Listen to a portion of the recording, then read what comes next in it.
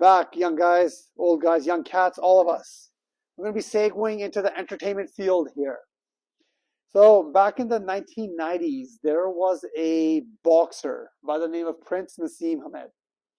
And this guy was electric. He brought showboating to the boxing sphere. I really wasn't into boxing at that time in my life. Never really have been. UFC came in, or MMA at that short while later. He had a quick career too. He was very brash, very arrogant, good-looking guy. Plus, he was of a South Asian background. So, out here in Canada, we weren't paired off into groups the way things are back in England, where we saw people for which region they come from. At that time, we all considered each other one. Things are different now, but that's a different topic. So back to Prince. This guy was about, 5'7", 5'8", whatever he was, maybe 130, 40 pounds. Beautiful man. He had that cocky Muhammad Ali angle to him. And he could win. He could hit the TKOs. And he always showboated. He got the attention of the media. Made great money. Lost a fight. That was kind of it for him. Yeah. Fast forward 30 years. I still remember who he was. His documentary shows up on my streaming services. Really? Documentary, wow. Yeah, his documentary. Yeah. And I was just like, yeah, I remember this bloke. Yeah. Yeah, let's go check him out, right? Like, I want to know what he's up to, right? Yeah. Haven't heard from him ever since. Yeah. So let's fast forward 30 years, guys. So, again, he's in plus or minus in my age bracket, mid-40s, maybe late 50s. I don't know. Sorry, early 50s. I don't know exactly what. This guy he gained at least 100 pounds.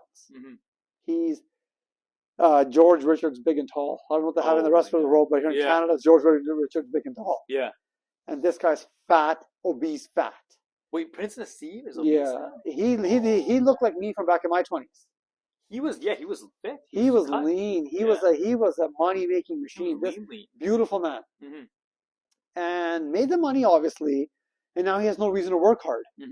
That's a given. Yeah. Belly's full. But we always talk about belly being full. So I'm watching the documentary, and he has his sons on there. And his sons, again, beautiful men. Beautiful boys. They grew up. They're tall. They're much taller than a Papa Bear. So Papa Bear wasn't too tall. So they're at least maybe well over 6 feet. They're jacked mothers, these boys. They're going up the ranks on boxing. And obviously, their dad's training them and so on and so forth. So I looked at the ages of their son to when their father was. Prince was already a professional boxer making coin. His sons are just trying to make it into the amateur rank still. They're good, but they're not good. Does that make sense? It's like LeBron James. Yeah. His sons are good. Well, I don't know if they're that good, but they're good, but they're not that good. They can't get to the pro level. Yeah. I remember reading an article regarding LeBron James' son when his eldest son, he's got 2 boys, when his eldest son was going to get drafted, and how one of the scouts said, you want to take a chance on LeBron's son because he's going to be the most incubated prospect in history. That's a quote I still remember. The most incubated prospect in history based on his lineage. Yeah. Well, LeBron didn't become LeBron because he came from a successful background. He was just hungry. Going back to Prince. Yeah. Prince Naseem. Families had money. His sons were born whenever they were. They've always known that dad was good, but his sons are falling under LeBron's boys angle. Where's the hunger? Dad can train you up as well as you want. You can have your personal chefs. Yeah. You're going to have your massages, how to take care of your body, so on and so forth. But where does the hunger come in when we're talking about going from lower class to middle class to upper class economically, whether you're blue collar or white collar? And that's 100% correct too, because what do they say that millionaires level off or fizzle out as you go on through generation by generation? Statistically, this is statistically backed here. The New York Times in the early 1990s, and this number's been backed by the Dave Ramsey YouTube channel, calculated in 1993, I believe, the New York Times, dating back 100 years to that point, statistically, millionaires are created generationally by close to 90%. So that means every generation's millionaires are first gen. Only 10% get money being passed on, and they're blowing it. Remember that, guys. They're blowing it. Yeah. then I follow a financial channel from the US called the Dave Ramsey Show. And he himself did about 2 or 3 years ago around COVID, within using American millionaires. And he came to a very similar percentage point that the New York Times did from the early 90s, and the New York Times backtracked theirs by 100 years at that time. So we've got two massive sample sizes talking about hunger, first generation hunger. And when I say first generation, I'm not talking about immigrants, people who are born wherever, but they're the first generation to become rich. Hunger. LeBron James's kids are always going to be rich. He's only got 2 kids. Now he's a billionaire. Do the math. Prince Naseem's boys, and I mean they showed them in the documentary. Like, they are physical specimens, jacked, ripped, good-looking guys. They could be models today, but they're trying to go for boxing because Papa Bear was one of the best boxers on the planet in his weight class at that time. It's not the money that brought these guys forward. It was the hunger. And that's what we're really trying to talk to you guys about here. When we talk about things like habits and leveling up and this and that, you could be you've got successful athletes who, let's say generation 1 makes it to the pros, and they have kids and they make it to the next level too. That in the sport of NFL, I forgot I'm not as deep into the NFL, but there's Christian McCaffrey plays for the San Francisco 49ers. He's a running back, I believe. His father played in the 1990s for the Denver Broncos.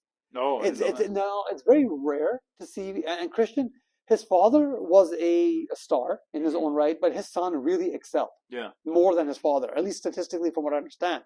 So you've got son doing better than father, which is really rare because usually there's a bit of a drop off. Right, but there's a drop off. Right, you can get to a high level because your parent will teach you how to train. How to get there. But usually they can't have the discipline to execute. But to get higher, that's really rare. But Christian McCaffrey outdid his father. Now, he had younger brothers who didn't make it as far as he did, but that's still an impressive feat, is what I'm trying to say.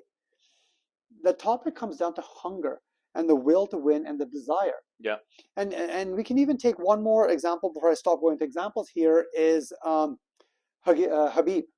I'm going to butcher his last name, guys, so don't rip on me on here. So I'm just not going to say it here, right? I'm not as deep into UFC, but I know his story. Now, this man comes from Dagestan in Russia. And his whole story is about, and he's very open about how he lived in a remote village. And that part of Russia has produced so many UFC fighters now. And they're just coming out like a factory now. And it's the mindset that Habib's father taught him. And there have been a lot of Western or North American trained fighters going to where Habib is to train with him. Well, Habib's not using this amazing medical science that we have here out west. His was just hunger, guys.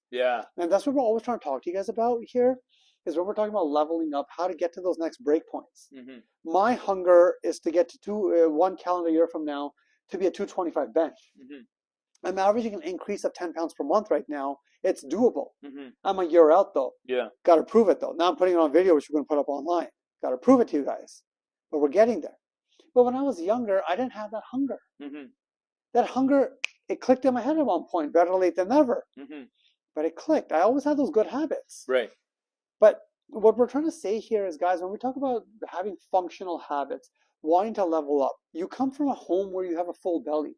Mom and dad have done well. They're both professionals in whatever field they're, blue collar or white collar. They've made their money. Your hunger, boys, comes down to your desire to wanting to be better.